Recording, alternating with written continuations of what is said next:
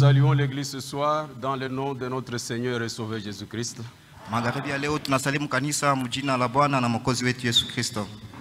Nous sommes reconnaissants au Seigneur. Le Seigneur est bon envers nous. Tout ce qu'il fait est bon. Il a permis que nous nous retrouvions encore ce soir. Nous sommes reconnaissants parce que le Seigneur a gardé notre bien-aimé, frère Jacques, notre pasteur dans son voyage. Que Dieu soit loué pour cela et qu'il soit loué pour tous les bienfaits qu'il a fait pour chacun d'entre nous.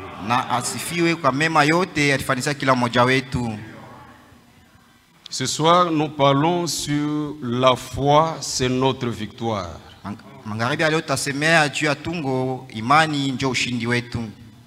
Je vous invite à vous lever. Lisons dans 1 Jean au chapitre 5. Le verset 4. Parce que tout ce qui est né de Dieu triomphe du monde. Et la victoire qui triomphe du monde, c'est notre foi. Dieu Tout-Puissant, du fond de nos cœurs, nous te disons merci. Nous sommes tes enfants. Nous venons dans ta présence pour t'adorer, pour t'écouter. Seigneur, descends au moyen de ta parole, parce que seule ta parole peut tout dans notre vie. Pardonne à chacun de nous ses iniquités. Place sur ma langue de paroles de vérité et circoncis ma langue. Donne à chacun un bon entendement de ta parole et que les malades soient guéris, les faibles soient fortifiés, ceux qui sont tombés puissent se relever et que les pécheurs soient sauvés. Seigneur, nous croyons que tu le feras parce que nous le demandons avec foi dans le nom merveilleux qui est au-dessus de tout nom, celui de notre Seigneur et Sauveur Jésus-Christ. Amen. Amen. Que le Seigneur vous bénisse. La foi, c'est notre victoire. L'écriture est très claire, bien-aimé. Et si vous êtes spirituel, vous comprenez ce que l'écriture dit. L'écriture est très profonde. La Bible dit car tout ce qui est né de Dieu triomphe du monde. Et la victoire qui triomphe du monde, c'est notre foi. Amen. Amen. C'est vrai, mes chers frères. Vous allez comprendre que dans les domaines divins, dans les domaines spirituels, dans les affaires de Dieu, tout dépend de la foi. C'est pourquoi les Saintes Écritures disent que la foi c'est notre victoire. La foi c'est la victoire sur le monde.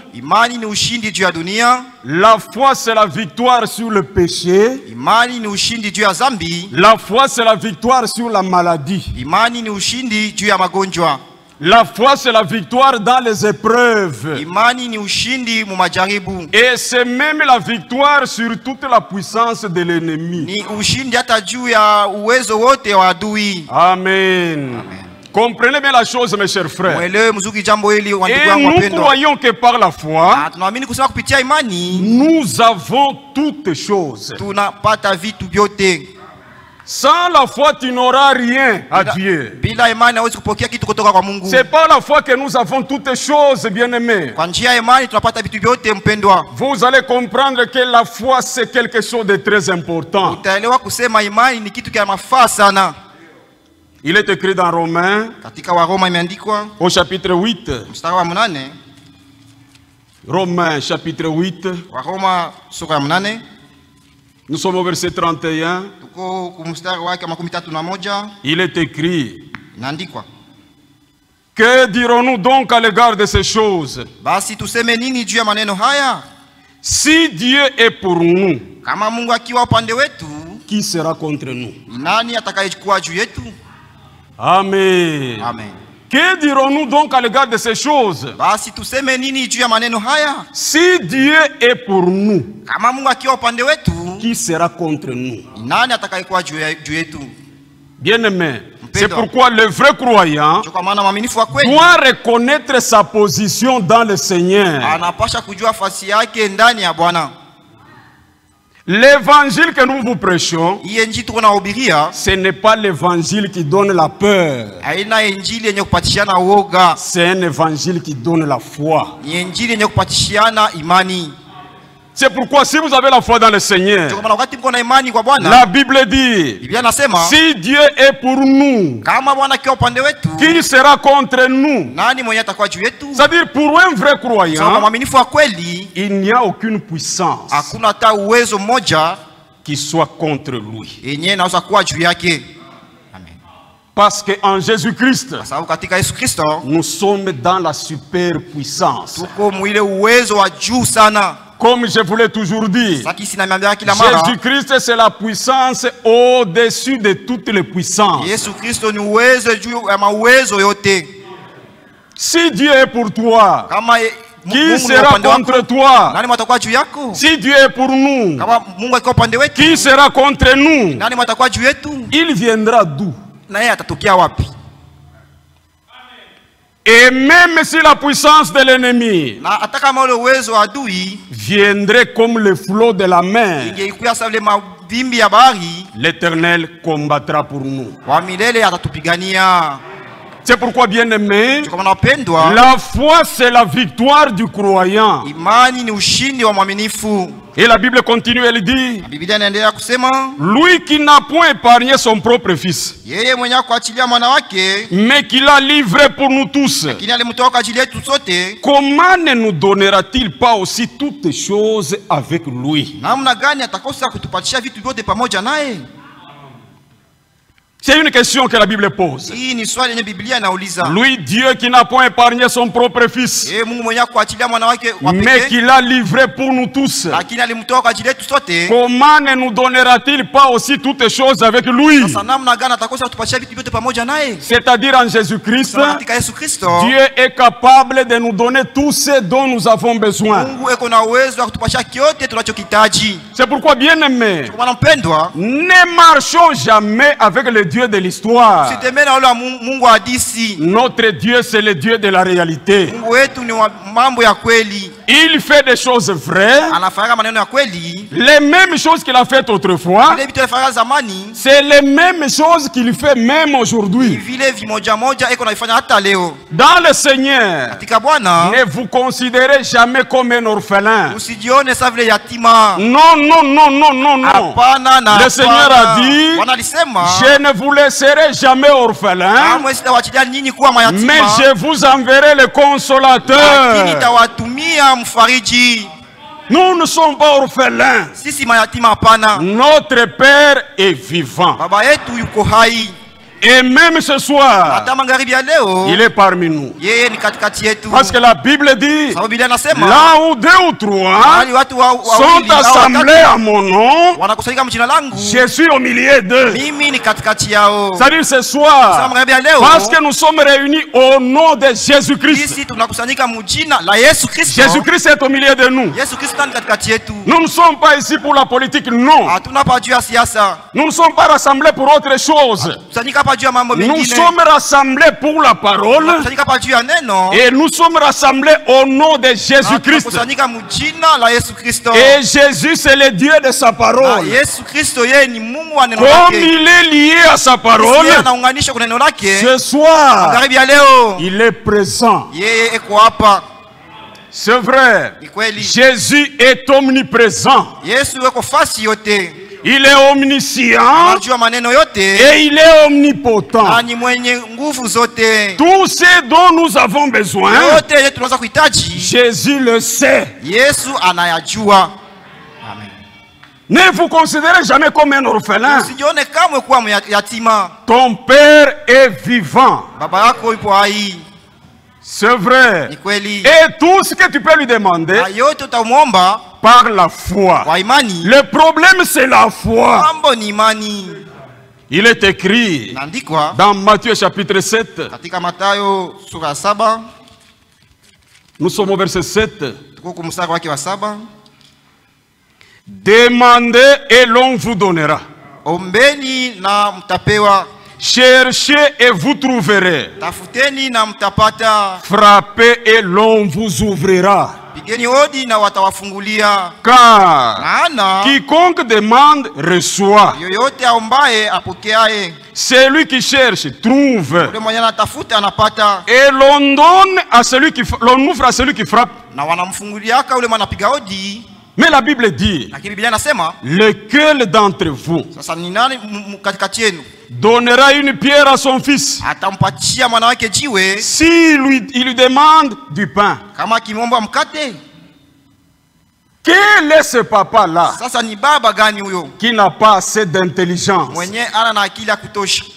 Quand son enfant lui demande un poisson, il peut lui donner une pierre.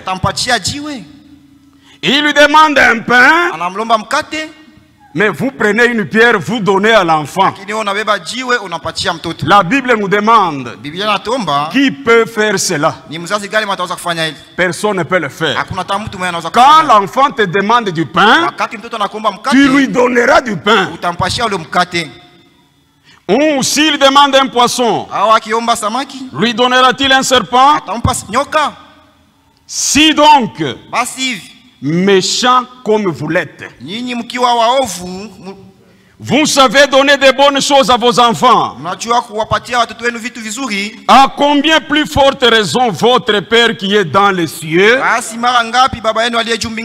donnera-t-il de bonnes choses à ceux qui les lui demandent?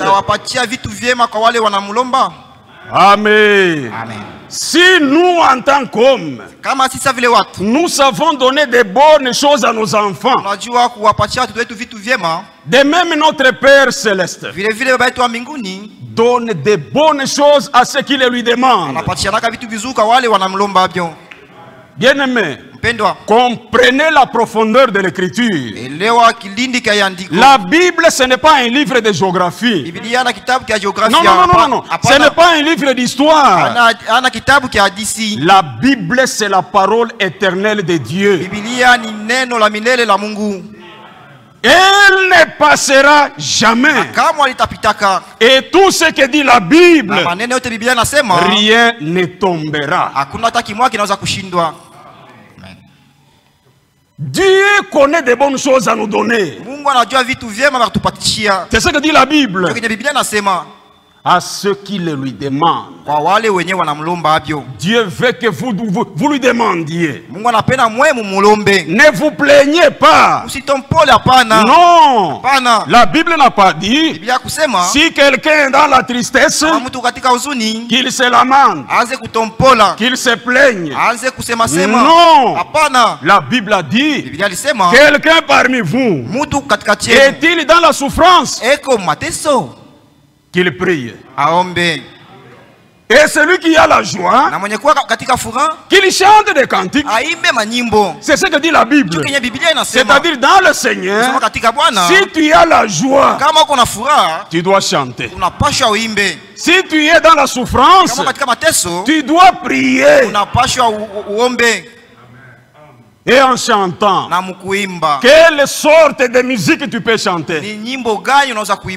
Nous, en tant que croyants, nous ne chantons jamais la musique mondaine. Non. Des musiques païennes. Non. Bien-aimé, tu es là. Tu connais les noms de tous les musiciens congolais. Tu connais les noms de tous les musiciens tanzaniens. Même tous les albums qu'ils sortent. Tu connais tout ça. Mais dans Nyimbo za Wokovu, tu ne connais rien. C'est triste. Un homme sauvé, bien-aimé, quand on commence à adorer Jésus, comme je l'ai toujours dit, Jésus c'est un grand roi. Et quand nous l'adorons, nous devons l'adorer selon la grandeur de son nom. Le pouvoir, c'est lui qui te l'a donné. Même l'argent, c'est lui qui te l'a donné. Tout ce que tu as, c'est lui qui te l'a donné. Tu n'as rien à lui remettre. Adore le Seigneur. Glorifie le Seigneur. Le Dieu adorable. Jésus-Christ. Frère, Jésus n'est pas une idole. Non, non. Jésus est l'éternel. Le Yahweh de l'Ancien Testament, c'est le Jésus du Nouveau Testament. C'est pourquoi tu dois l'adorer, bien-aimé. Au point que même si tu avais des tristesses et des problèmes, mais dans sa présence, nous oublions tout. Lui prend la première place. Pourquoi? Parce que lui c'est le consolateur. Tout ce qui nous a attristés pendant la journée, mais quand nous sommes dans sa présence, il nous console. C'est pourquoi, bien-aimé, il connaît des bonnes choses à nous donner. Si nous sommes des hommes, nous sommes méchants, comme la Bible dit.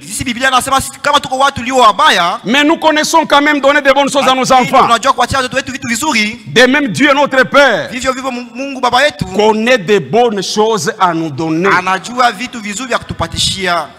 Et soyons sûrs que Dieu est notre Père.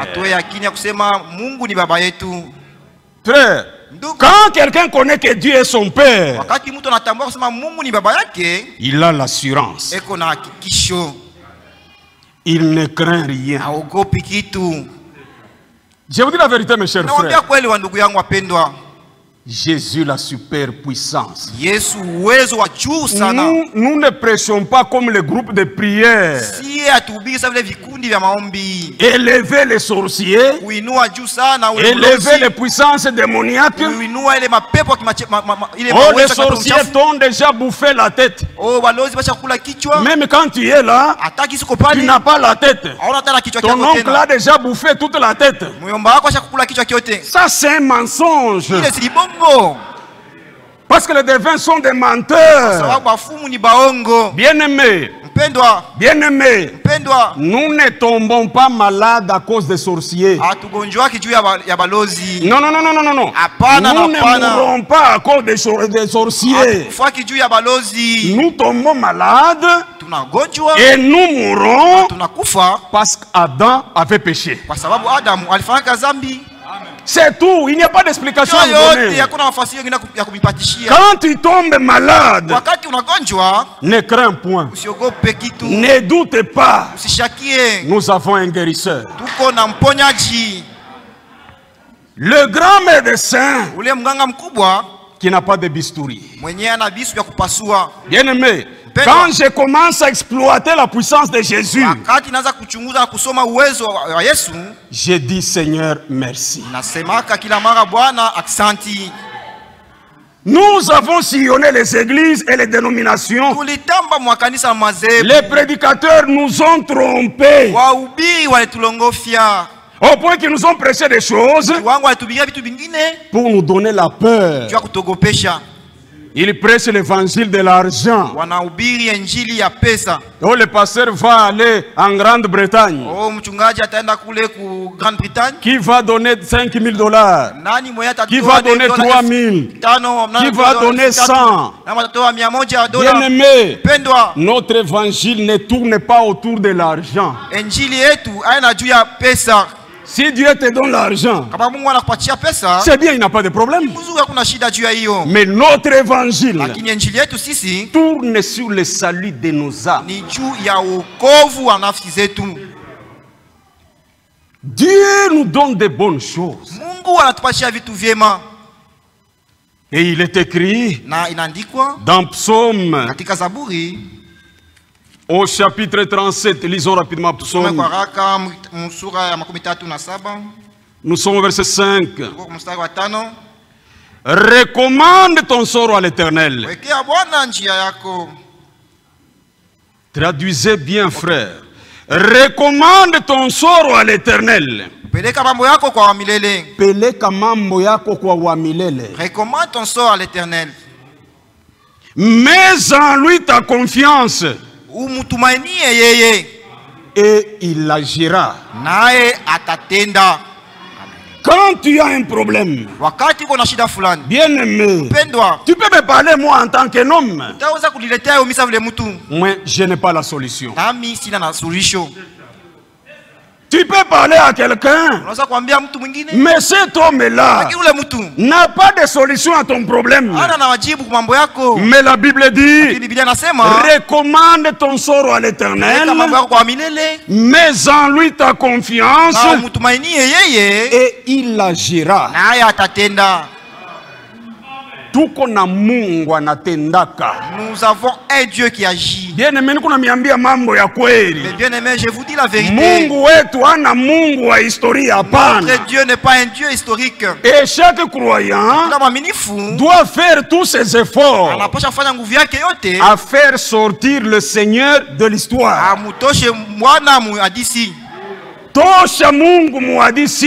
Fais sortir Dieu de l'histoire. Et mets-le dans la réalité. Et tu verras ce qu'il est réellement. Parce que notre Dieu, nous devons le tenir par les mots. Nous devons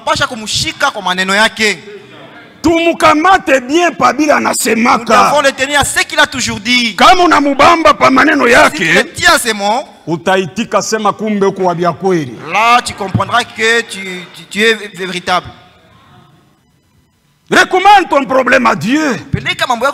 Et c'est dans la prière. C'est pourquoi le chrétien doit prier. C'est la plus grande préoccupation de l'église pour le moment. Parce que le Seigneur revient bientôt. L'église doit vaquer à la prière. La Bible continue, elle dit, au verset 25, j'ai été jeune. Ici c'est David qui parle. J'ai été jeune. J'ai vieilli. Et je n'ai point vu les justes abandonnés, ni sa postérité mendiant son pain. J'étais jeune et j'ai vieilli, mais dans mon expérience, je n'ai jamais vu le juste abandonné. Jamais. Frère, c'est ta famille qui peut t'abandonner. Les voisins peuvent t'abandonner. Pas Jésus. Je n'ai jamais vu un juste mendier son pain. Bien-aimé, notre Dieu, il peut te nourrir de n'importe quelle manière. Dieu qui prend soin des oiseaux en brousse. Est-ce que les oiseaux cultivent les champs? Et les animaux, est-ce qu'ils ont des champs?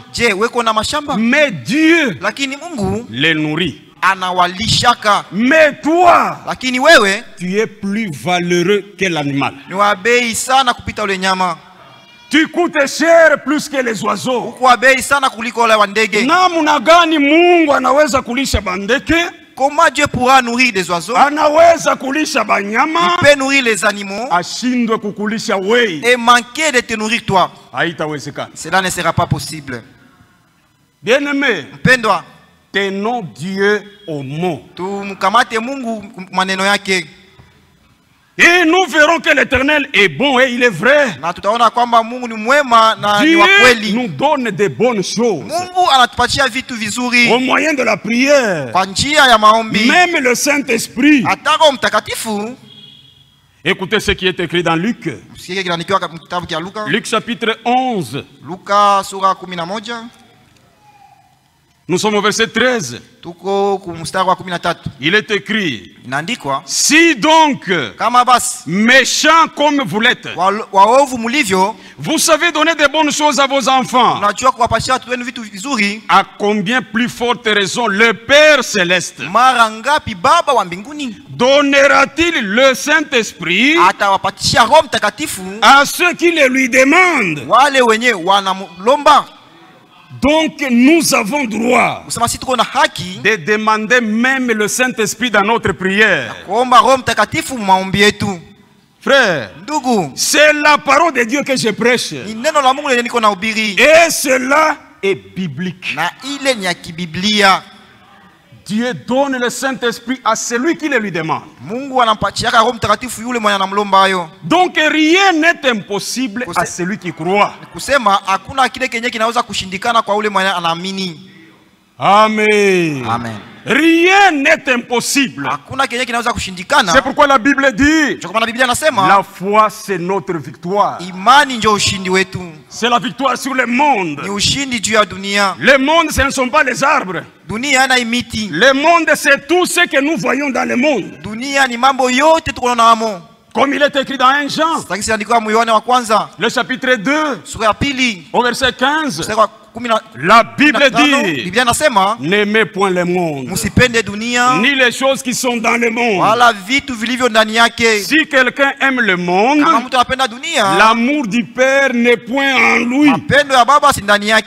Car tout ce qui est dans le monde, la convoitise de la chair, la convoitise des yeux et l'orgueil de la vie, ne vient point du Père, mais vient du monde. Et le monde et sa convoitise passent,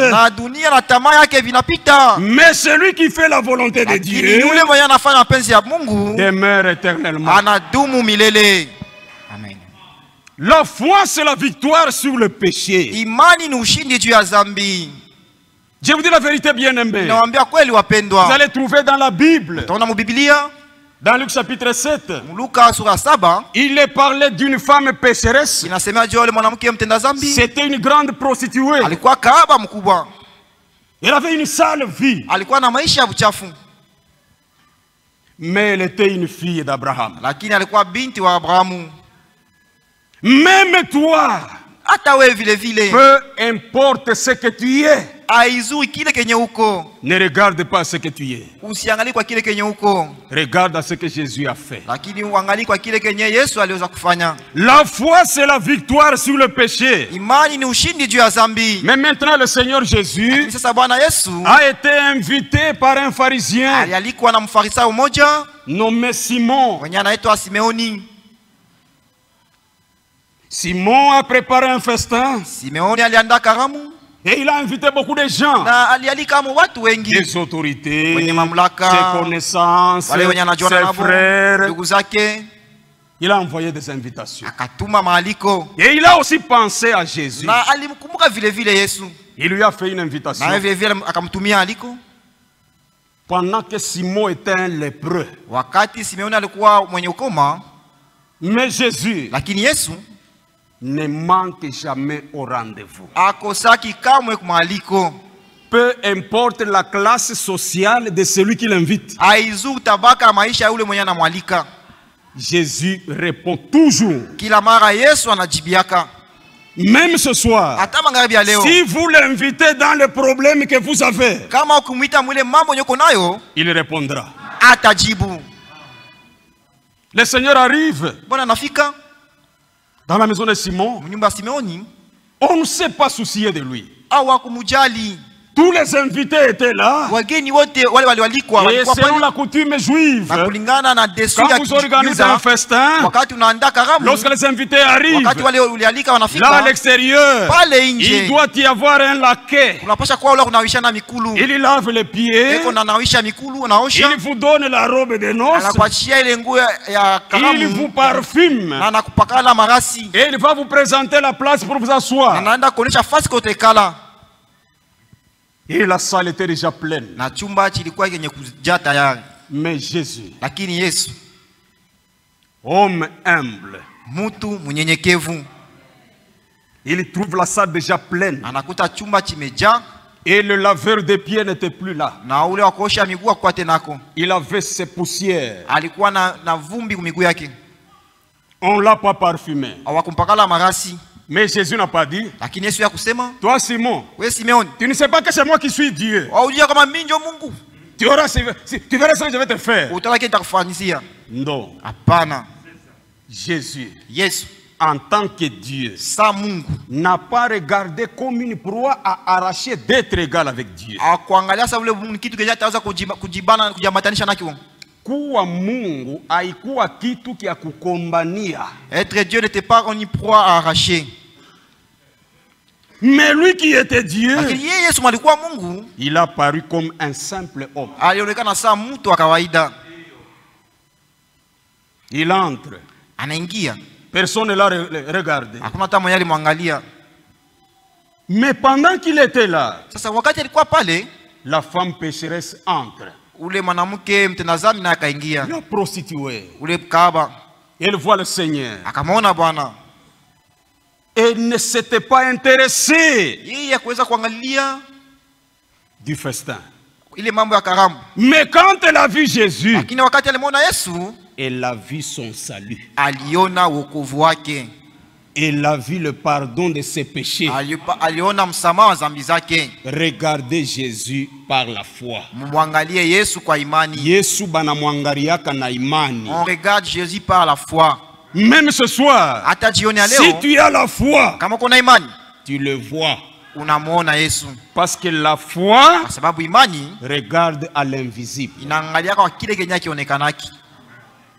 La femme est tombée aux pieds de Jésus. Et la Bible dit, elle a commencé à pleurer. Elle n'a pas pleuré parce qu'on n'avait pas bien reçu le Seigneur. Elle pleurait sur ses propres péchés.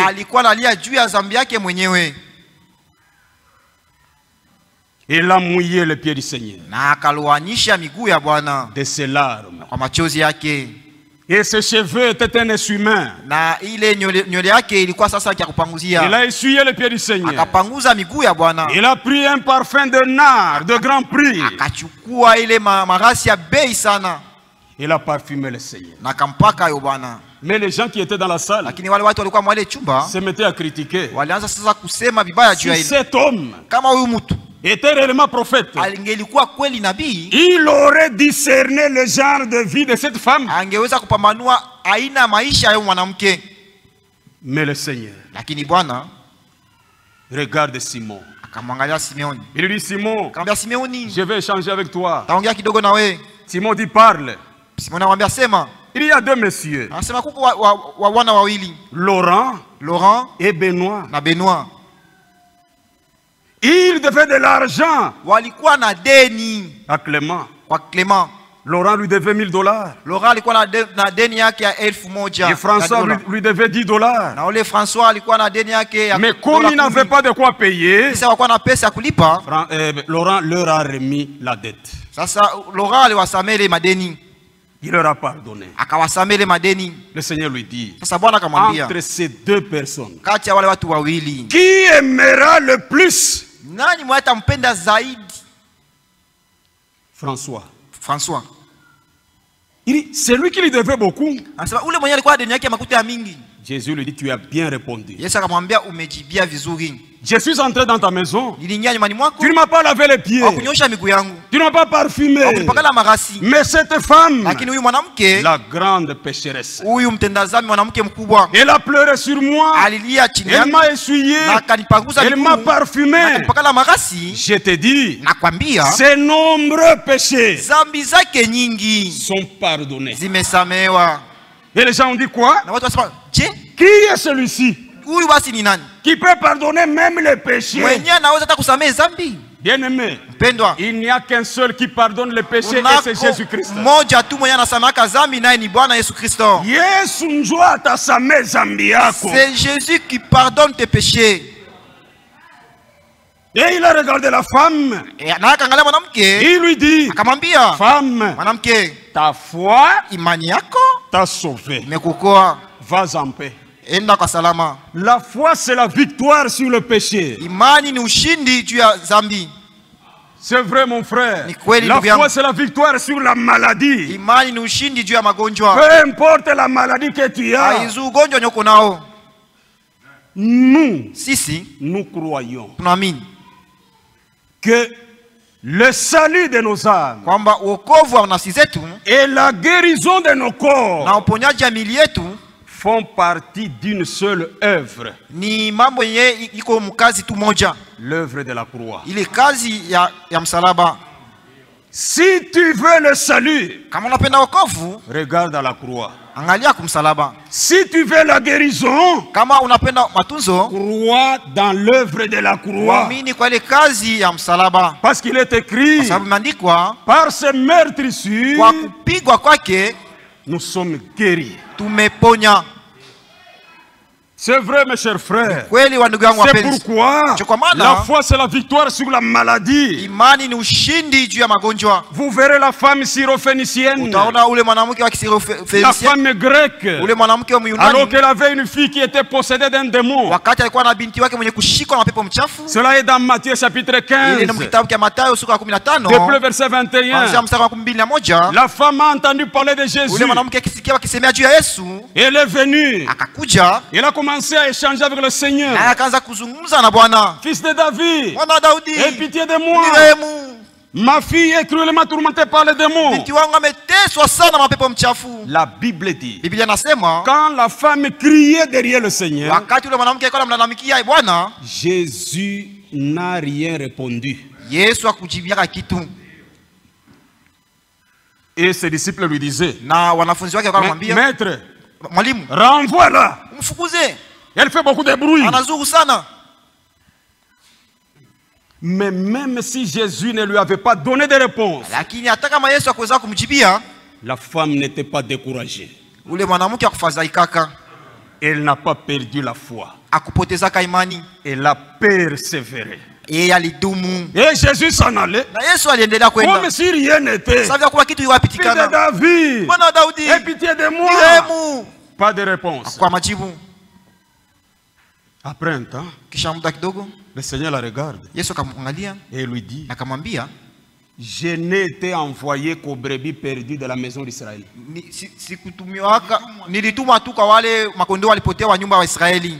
Et il s'en allait. Mais la femme continuait à crier. Frère, si tu as des problèmes que tu fais part à Dieu, bien que Dieu n'a pas encore répondu, continue toujours à crier. Les bruits que tu auras fait, un jour, ça va les bouger. Je vous dis la vérité, frère. C'est pourquoi ne vous découragez jamais. Peu importe ce qui peut vous arriver, ne vous découragez jamais. Un vrai croyant, il est persistant. Il persévère. Il ne recule jamais. Et Jésus s'en allait. Après un temps, Jésus la regarde. Il lui dit, Il n'est pas bon de prendre la nourriture des enfants et de la jeter aux petits chiens. Frère, c'est un langage très sec. C'est comme si Jésus avait considéré la femme comme un chien. Mais la femme, par la foi, elle a dit à Jésus, Maître, très bien, je sais qu'il n'est pas bon de prendre la nourriture des enfants et la jeter aux petits chiens. Mais Seigneur, j'ai toujours remarqué, quand le patron de la maison mange, les petites miettes là qui tombent, les petits chiens viennent manger. Jésus regarde la femme. Il lui dit, femme, ta foi est grande. Qu'il te soit fait selon ta foi. Et à l'heure même, sa fille fut guérie. La foi, c'est la victoire sur la maladie. Quelle maladie tu as? Quelle affliction tu as? Viens à Jésus. Il ne nous laissera jamais. C'est vrai. Et quand nous croyons en Jésus, bien-aimés, soyons persévérants. Ne craignez pas l'épreuve. Ne craignez pas la maladie. Même la femme, de Marc chapitre 5, le verset 25, elle avait souffert pendant 12 ans. Avec du sang. Mais un jour, il entend parler de Jésus de Nazareth. C'est lui que nous adorons ce soir. L'homme de Nazareth. Nous n'adorons pas l'homme de Kentucky. Nous adorons l'homme de Nazareth. La femme a trouvé une grande foule. Il n'avait pas moyen qu'elle puisse voir le Seigneur pour lui parler. Mais sa foi lui a dit, même si tu ne parles pas avec lui, touche seulement sa robe. La femme se faufile. Elle touche la robe. Et quand elle touche la robe, la Bible dit, au même instant, elle sentit la guérison en elle. Et au même instant, Jésus sent une vertu qui quitte de lui. Et Jésus s'arrête. Il demande, qui m'a touché? Pierre dit, maître, cette question vraiment, il y a beaucoup de gens qui te touchent, non? Comment tu peux demander qui m'a touché? Pierre n'avait rien compris. Tous ceux qui les touchaient. Mais où les dada? Mais quand la façon qu'il avait touché Jésus était différente de celle des autres. Mais la femme l'avait touché avec la foi. Touche Jésus avec la foi. Touche Jésus avec la foi. Et beaucoup de choses vont se changer dans ta vie. La foi, c'est la victoire sur la maladie. C'est la victoire sur les puissances de l'ennemi. Nous pouvons craindre quoi, nous?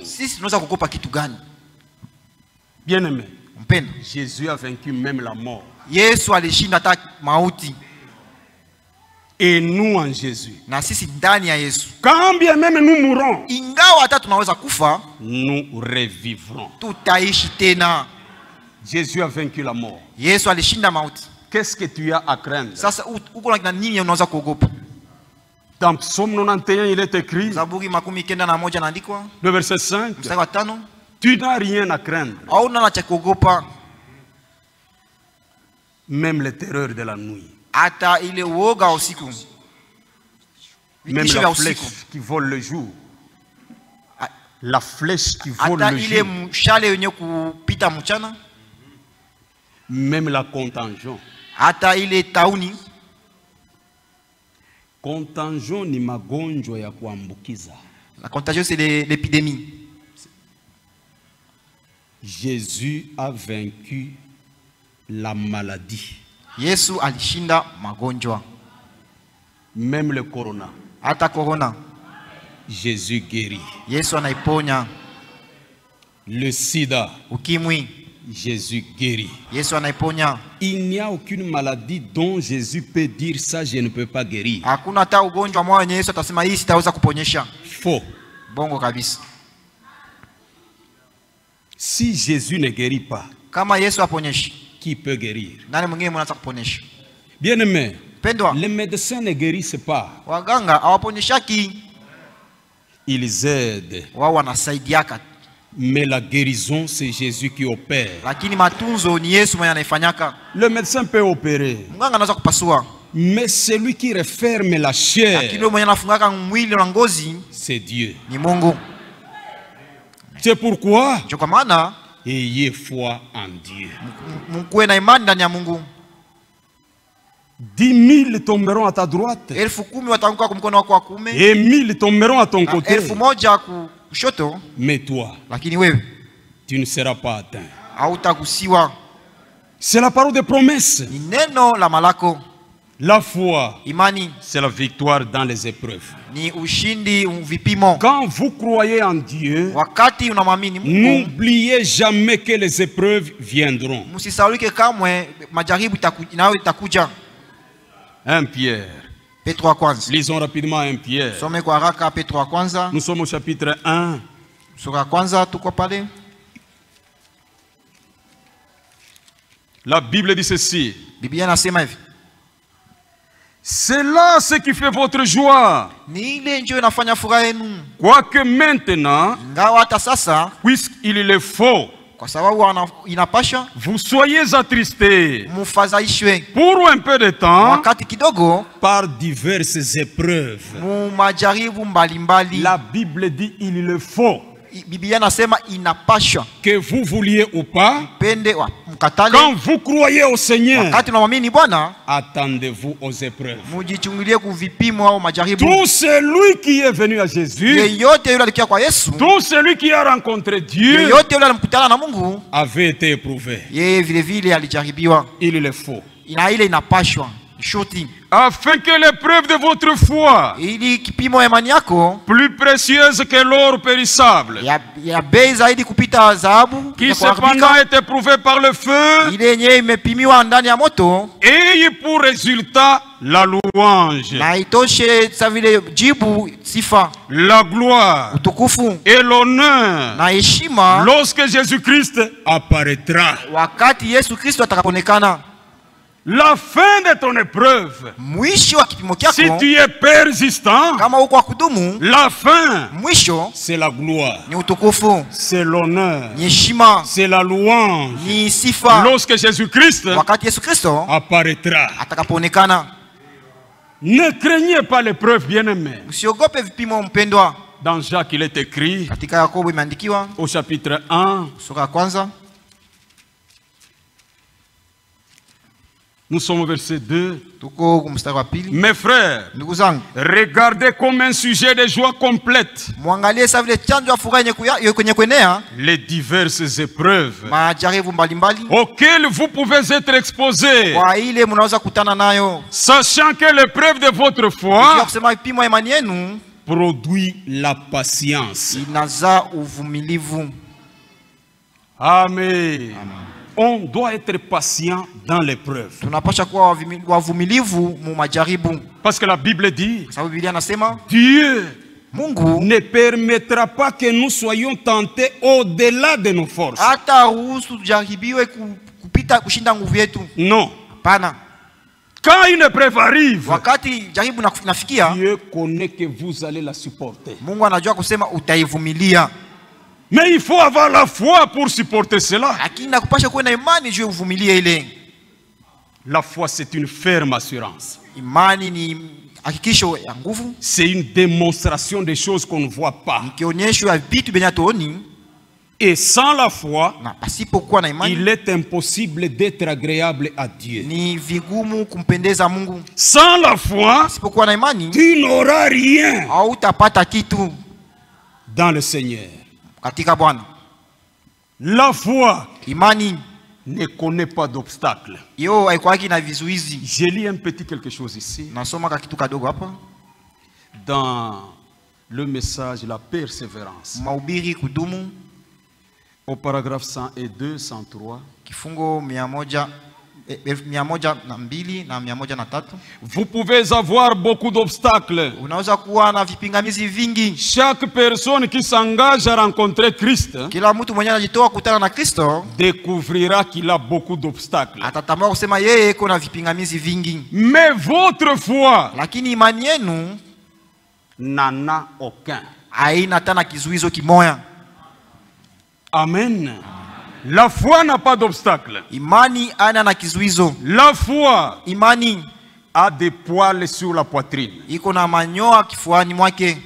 Et des gros muscles. Na mishipa mikubwa.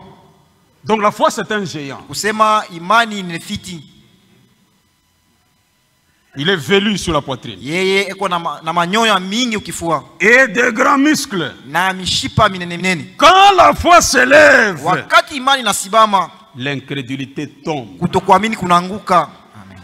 Le doute tombe. Shaka zinaanguka. La peur tombe. Woga umeanguka. Parce que la peur c'est l'ennemi de la foi. Sababu woga ni adui ya imani. La peur paralyse la foi. Woga inakuwa na tia udhaifu imani. C'est pourquoi vous allez voir Pierre. Kwa maana utaona Petro, lorsque le Seigneur Jésus, wakati Bwana Yesu, après avoir prêché, kisha kuhubiri, il a renvoyé la foule. Aliambia makutano waende. Et c'était déjà tard le soir. Alikuwa kwa nyuma magharibi. Et il dit aux disciples, anawaambia wanafunzi, prenez la barque, chukue chombo, et traversez la mer. Na mvuke bahari. Et lui Jésus Yesu est resté là seul. Akabakia pale peke yake. Et au milieu de la nuit, na katikati ya usiku, Jésus, Yesu, en tant que Dieu, sa Mungu, il s'élève. Alisimama. Il veut suivre ses disciples sur la mer. Alipenda afate wanafunzi wake baharini. Sans pirogue, bila mtumbu, sans barque, bila chombo. Le Seigneur Jésus, Bwana Yesu, il a regardé la mer. Akangalia ile bahari. Et la mer a dit, na bahari ilisema, Seigneur, à vos ordres. Bwana, tunatimiza vile unasema. Parce que devant Jésus, magoti. Tout doit fléchir. Amen. Et Jésus en tant que Dieu, il marche sur la mer. Na Yesu sawa vile Mungu alitembea juu ya bahari. Vers ses disciples. Akienda kule kulikuwa wanafunzi wake. Étant arrivé près des disciples, alikaribia kule kulikuwa wanafunzi wake. Les disciples ont eu peur. Wanafunzi wake waliogopa. Ils disent quoi? Wasema nini? C'est un esprit. Hii ni pepo. C'est un revenant. Huyu ni mfu anarudia. Jésus leur dit, Yesu akawaambia, n'ayez pas peur. Msiogope. C'est moi. Ni mimi. Dada, ma soeur, magumu yako usiogope, Yesu eko wako. Ne crains pas tes difficultés puisque Jésus est ici. Frère, magumu yako usiogope, Yesu eko wako. Pour tes problèmes, mon frère, ne crains pas, Jésus est là. Mais Pierre s'élève. Lakini Petro alisimama. Non, non, maître. Hapana mwalimu. Si c'est toi, kama kweli ni wewe, ordonne que moi, Pierre, mimi Petro, je vienne vers toi, nikuje kule kwenye huko, en marchant aussi sur les eaux. Mimi vile vile nikitembea juu ya maji. Pierre, Petro, alikuwa na mabrita lingine. Il avait d'autres brutalités. C'était un homme terrible. Alikuwa ni mtu wa maajabu. Jésus lui dit, Yesu akamwambia, viens vers moi, kuja basi kwenye niko, en marchant sur les eaux. Ukitembea juu ya maji. Pierre dit, se lève. Petro akasimama de la barque. Katoka chomboni. Les autres lui ont dit, vieux, attention. Sasa wengine mkubwa, fanya angalisho. Tu risques de faire noyade. Unatarika kuzama. Pierre dit non. Petro asema hapana. Je veux voir la chose au clair. Mimi napenda nione mambo waziwazi. Pierre alikuwa naamini bintu paka naona. Pierre ne croyait qu'après avoir vu, il voulait expérimenter les choses de Dieu. Yeye alikuwa anapenda onje vitu vya Mungu. Et par la foi, na kwa imani, il s'élève de la barque. Akasimama chomboni. Il fait un pas. Il fait 2 pas. Il fait 3 pas. D'autres les contemplaient. Ils ont dit que ce vieux est terrible. Parce que la foi, c'est la folie devant le monde. Quand tu as la foi, le monde ne pourra pas te comprendre. Mais Satan a regardé. Quoi? Jésus sous les eaux. Pierre aussi sur les eaux. Non.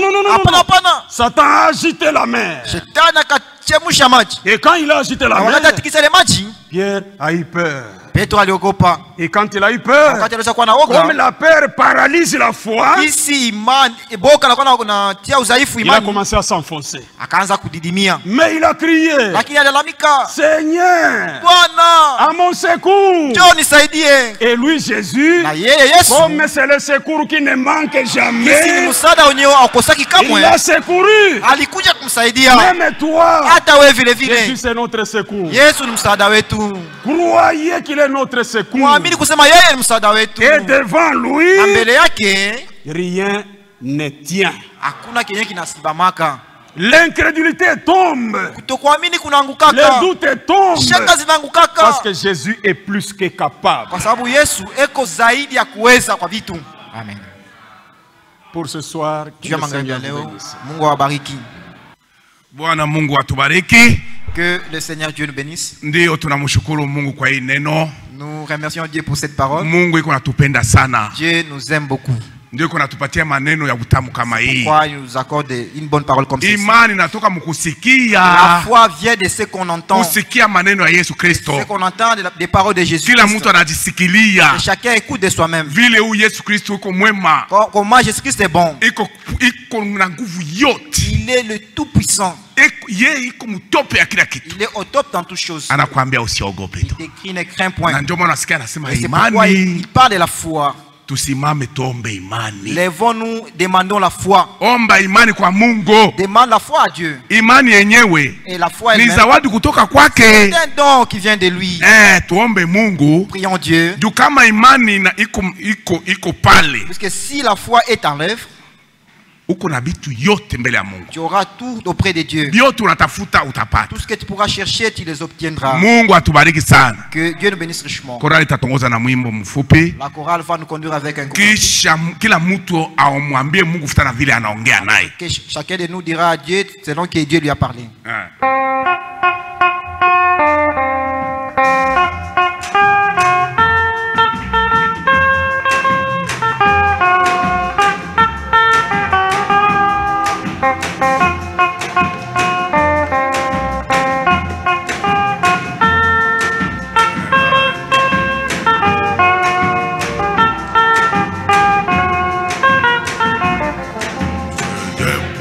Alléluia.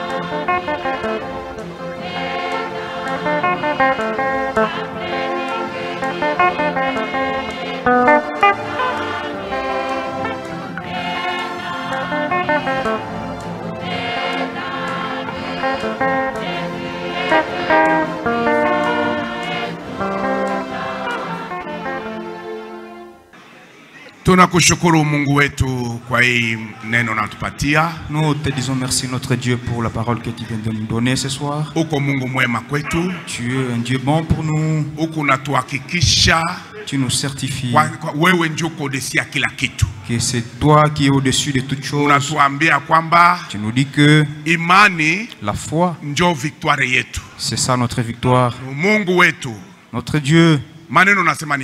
Les paroles que tu viens de nous dire sont vraies. Et ce sont elles qui nous donnent la foi. Et nous te demandons, notre Dieu, augmente-nous la foi. Car la foi est le don venant de toi. Comme tu as donné aux autres la foi, donne-nous aussi que nous sachions comment faire des exploits avec toi, Jésus.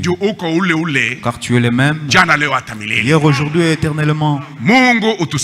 Dieu aide-nous. Je dis, si nous avons la foi, nous allons tout faire avec toi. Tu as dit que tout est possible à celui qui croit. Donne-nous la foi, Dieu. Car tu dis, la foi ne se décourage pas. La foi ne recule pas. La foi persévère toujours. Dieu assiste-nous. Les paroles que tu nous dis, c'est afin que nous soyons certains de toi, Jésus-Christ. Tu es le Dieu bon.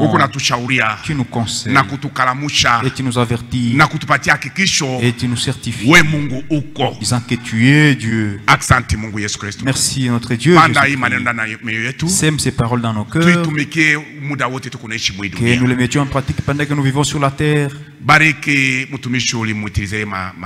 Bénis les serviteurs que tu as utilisés ce soir. Il a perdu des forces. Redonne-lui la force. Et tout le temps qu'il est encore au milieu de nous, garde-les et épargne-les aux difficultés. Et la famille qu'il a laissée à Congolo, garde-la et bénis-la. Merci pour ces paroles. Bénis tous les oreilles qui ont entendu cette parole. Que nous ne soyons pas seulement des auditeurs, mais que nous entendions et agir. Pendant notre chemin de retour, va avec chacun de nous. Au nom de Jésus-Christ, nous prions ainsi. Amen. Amen.